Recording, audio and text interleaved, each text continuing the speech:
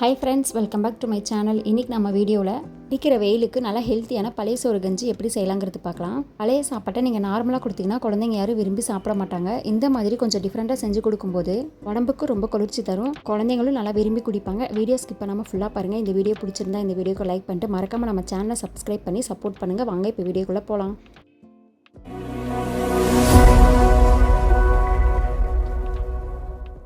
First நம்ம பழைய சாதம் எடுத்துக்கலாம். இது பார்த்திங்கன்னா நைட் ஊற வச்ச சாப்பாடு. இந்த சாப்பாட்டை பார்த்திங்கன்னா நம்ம ஊற வச்ச தண்ணியோட மிக்ஸி ஜாரில் சேர்த்துக்கலாம்.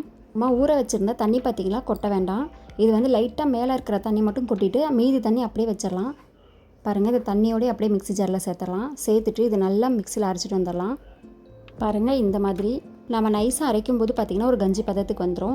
அரைச்ச இந்த கஞ்சி பார்த்திங்கன்னா ஒரு பவுலில் சேர்த்துக்கலாம். இந்த கஞ்சி பார்த்திங்கன்னா நம்ம காலையில் டைமில் குடிக்கும்போது உடம்புல இருக்கிற ஹீட்டெல்லாம் குறைச்சி உடம்புக்கு ஒரு நல்ல எனர்ஜி கொடுக்கும். இதில் பார்த்திங்கன்னா நல்லா கப்பு நிறைய தயிர் சேர்த்துக்கலாம். தயிரில் பார்த்திங்கன்னா நல்ல பாக்டீரியா இருக்குங்க. அதனால் இந்த தயிரை நம்ம டெய்லியுமே சாப்பிட்லாம்.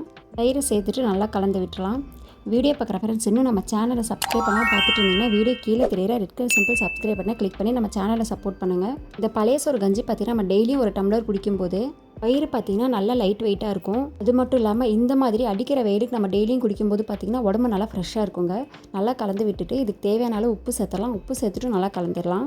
நம்ம வெறும் பழைய சோத்தில் தயிர் ஊற்றி தரும்போது பார்த்திங்கன்னா குழந்தைங்க சாப்பிட மாட்டாங்க. இந்த மாதிரி மிக்ஸியில் அரைச்சிட்டு அதில் தயிர் கலந்து நல்லா லிக்விடாக கொடுக்கும்போது பார்த்திங்கன்னா குழந்தைங்களும் நல்லா விரும்பி சாப்பிடுவாங்க. நல்லா டேஸ்ட்டாகவும் இருக்கும். அது மட்டும் இல்லாமல் நம்ம டெய்லியுமே பழைய சோறு சாப்பிட்றதுனால பார்த்திங்கன்னா நிறைய நன்மைகள் இருக்குங்க.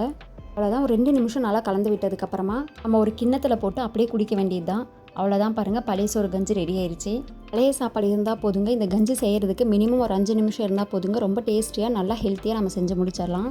கஞ்சி சோறுக்கு பார்த்தீங்கன்னா சைட் டிஷ்ஷாக நீங்கள் எது வச்சு சாப்பிட்டாலுமே நல்லா டேஸ்ட்டாக இருக்குங்க. இன்றைக்கி நான் வச்சுருக்கிறது பார்த்தீங்கன்னா மாங்காய் ஊறுகாய். இது மட்டும் இல்லைங்க, கலர் குடல் இருக்குது பார்த்தீங்களா, அது. இந்த மாதிரி கலர்ஃபுல்லாக கொஞ்சம் டிஃப்ரெண்ட்டாக செஞ்சு கொடுக்கும்போது பார்த்தீங்கன்னா குழந்தைங்களும் நல்லா விரும்பி குடிப்பாங்க. இந்த வெயிலுக்கு பார்த்தீங்கன்னா அவங்க உடம்புக்குமே ரொம்ப நல்லது.